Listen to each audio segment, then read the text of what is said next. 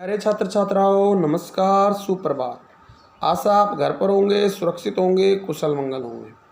हम ऑनलाइन शिक्षण करवा रहे हैं आपको, और ऑनलाइन शिक्षण में हम +2 कक्षा के राजनीति विज्ञान विषय में हम पाठ 8 कर रहे हैं, क्षेत्रीय आकांक्षाएं। इसका अंतिम प्रश्न है, जिसके बाद ये चैप्टर पूरा हो जाएगा।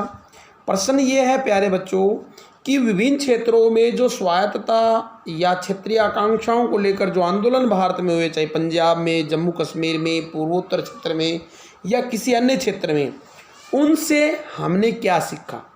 क्या क्षेत्रीय आंदोलन देश के विविधता को एकता में बदलने में सफल रहे? क्या क्षेत्रीय आंदोलनों से देश का कहीं अलगाव हुआ? इसके बारे में अध्ययन करेंगे। हमने इन आंदोलनों से क्या सीख ली। प्यारे बच्चों, जैसा कि आप जानते हैं, 1947 में आज़ादी के पश्चात भारत के अंदर आज़ाद भारत था। आज़ाद भारत के अंदर देशी रियासतें थी, उनको मिलाया गया। उनमें से कुछ क्षेत्र ऐसे थे जो अपने आप को स्वायत्त रखना चाहते थे, उनकी अपनी आकांक्षाएं थी, इच्छाएं थी, स्वतंत्रताएं, भावनाएं थी। तो उसके कारण कई क्षेत्रों में बार बार भाषा को लेकर या क्षेत्रवाद को लेकर या अपनी राजनीतिक इच्छाओं को लेकर आंदोलन हुए थे, जिसके बारे में हमने आपको इस चैप्टर में पढ़ाया। इन आंदोलनों को बातचीत के द्वारा, कहीं कठोरता के द्वारा, कहीं पर विनम्रता के द्वारा हमने इन आंदोलनों को शांत किया और राष्ट्रीय एक धारा में इन क्षेत्रों को जोड़ा। इससे हमने कई बातें सीखी इन आंदोलनों से, जिसके बारे में हम चर्चा कर रहे हैं। पहली बात हमने सीखी कि क्षेत्रीय आकांक्षाएं लोकतांत्रिक राजनीति का एक हिस्सा है, उसको हम नहीं त्याग सकते। आंदोलन में हमने सीखा कि क्षेत्रीय अभिव्यक्ति कोई सामान्य समस्या नहीं है, यह एक आम लोगों की लोकतांत्रिक अधिकार है। इसको हम लोकतंत्र की जो व्यवस्था है उससे बाहर नहीं निकाल सकते। ये हमारी लोकतांत्रिक व्यवस्था का हिस्सा है, इन्हें स्वीकार करना ही होगा। दूसरा, दुनिया के विभिन्न देशों में होने वाले लोकतांत्रिक जो आंदोलन है वो इसके हिस्से हैं, जिसको हमने देखा। भारत में भी इसी प्रकार, इसी प्रक्रिया के तहत ये आंदोलन हुए। क्षेत्रीय आकांक्षाओं को दबाने की जगह उनको सम्मान मिलना चाहिए, उनको बातचीत के द्वारा हल करना चाहिए।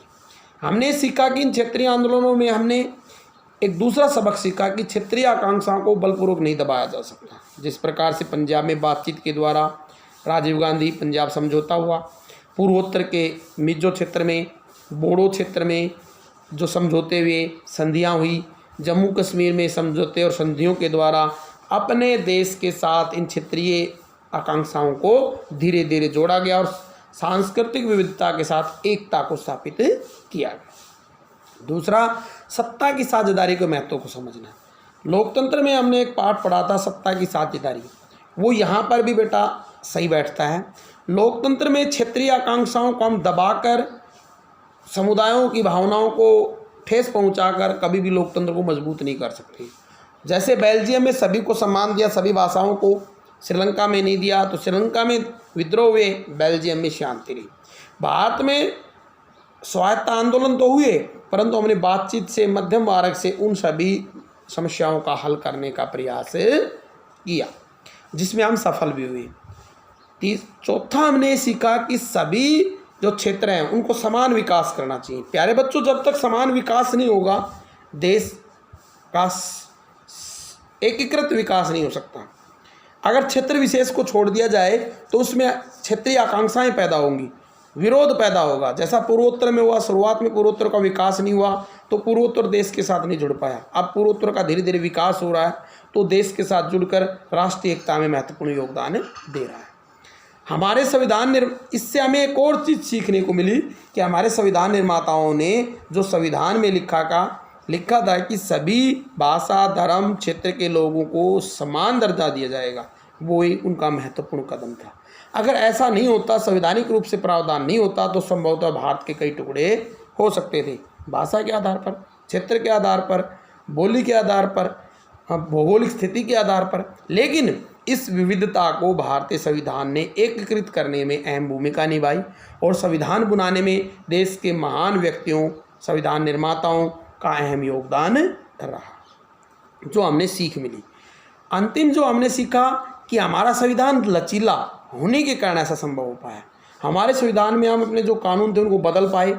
अगर बदल नहीं पाते तो संभवतः क्षेत्रों में अंदर स्वायत्तता और आंदोलन तेज होते, अलगाववाद के आंदोलन तेज होते।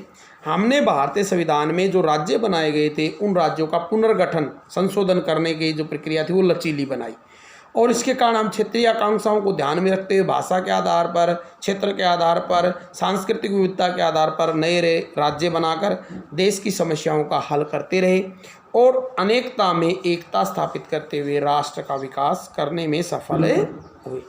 प्यारे बच्चों, तो ये था आपका चैप्टर जो अब पूरा हो गया है। हमने इसमें देश की विभिन्न क्षेत्रों के अंदर उठने वाले आंदोलनों के बारे में पढ़ा, क्षेत्रीय आकांक्षाओं के बारे में पढ़ा और उनसे हमने क्या सीखा उसके बारे में आपको बताया। आशा आपको समझ में आया होगा। इस चैप्टर को आप पूरी तरह लिखेंगे, याद करेंगे। धन्यवाद।